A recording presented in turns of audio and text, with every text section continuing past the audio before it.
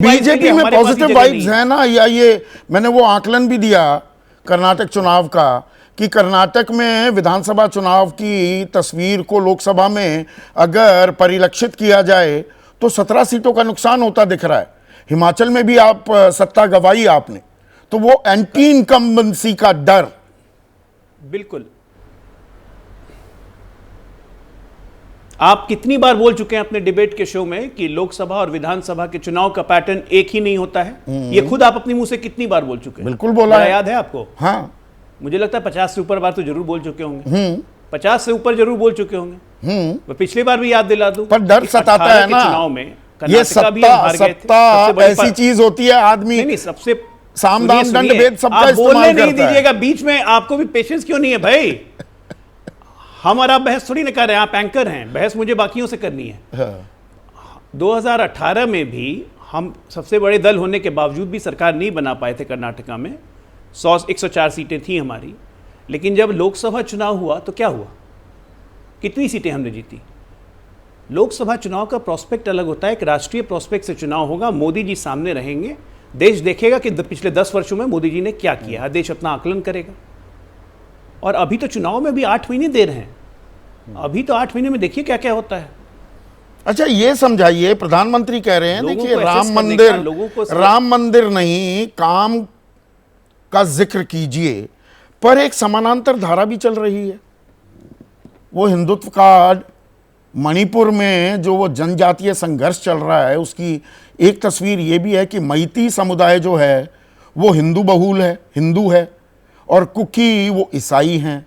मेवात में यकायक हिंसा होती है, राजनीति गरमाने लगती है, वो हिंदू मुसलमान हो जाता है, हरियाणा जैसे राज्य में भी। तो एक तरफ जंग की तस्वीर कुछ और, लड़ाई कुछ और भी लड़ी जा रही है। ये दो समानांतर धाराएं चल रही हैं क्या? अगर आप मेवात की घटना देखें और उसको जरा कोलैबोरेटिव एविडेंस के साथ इंडिकेट करें तो आपको साफ दिख जाएगा कि कांग्रेस पार्टी षड्यंत्र के पीछे है। क्योंकि इनका विधायक मजाद खान राजस्थान असेंबली में सीधे आके बोला कि मेवात के लोगों को औकात दिखा देंगे। उनका असेंबली का स्टेटमेंट है फ्लोर ऑफ द हाउस पे, और उस पर न स्पीकर ने ऑब्जेक्ट किया, न गवर्नमेंट ने कोई एक्शन लिया। और उसके बाद जितने वीडियो सरफेस हुए हैं और जितने लोग सामने आ रहे हैं, स्पीकर और गवर्नमेंट किसकी है कि ये बिल्कुल षड्यंत्र है। डंपर में पत्थर भर भर के लाए गए। स्पीकर और गवर्नमेंट किसकी है? हरियाणा में स्पीकर तो जहां तक मुझे पता है या मेरी जानकारी, स्पीकर गवर्नमेंट राजस्थान में कांग्रेस की है। स्पीकर गवर्नमेंट मामन खान की बात कर रहे हैं, किसकी बात कर रहे हैं? जी, मामन खान की बात कर रहा हूं, जिनका on the floor of the house पे था बात। मैं ये कह रहा हूं कि ये साजिश है, खुलेगा पता चलेगा ही, क्योंकि ये बिना ऑर्गेनाइज तरीके से किए बिना ये हो ही नहीं सकता है। इसलिए मैं अभी टिप्पणी नहीं करूं, जब खुलेगा तो देश के सामने आएगा। मणिपुर में जातीय संघर्ष को अब आप हिंदू और ईसाई मत बनाइए, ये संघर्ष पिछले 100 साल से चल रहा है, और ये 100 साल से कुकी और नागाओं में भी चला है, जो दोनों ईसाई हैं। तो इसलिए उस एंगल से हर चीज को एक धर्म के चश्मे से देखने की आदत ठीक नहीं है, ये देश के लिए भी ठीक नहीं है। अब सिचुएशन वहां कंट्रोल में आ रही है, आज फिर झड़पें हुई हैं, फिर कंट्रोल में आया है। तो ये अलग अलग सिचुएशंस पे कॉन्फिडेंस बिल्डिंग मेजर्स केंद्र सरकार और राज्य सरकार अपने ढंग से कर रही है। पत्रकारिता कोई इमोशन नहीं है, ना अपना कोई ज्ञान देना है और ना कोई विचार थोपना है। पत्रकारिता क्या है?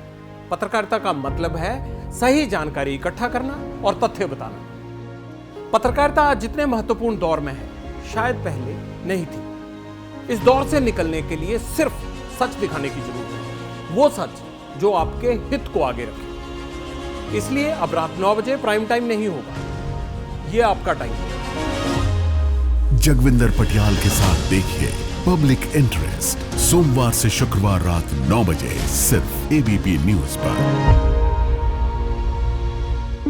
एबीपी न्यूज आपको रखे आगे।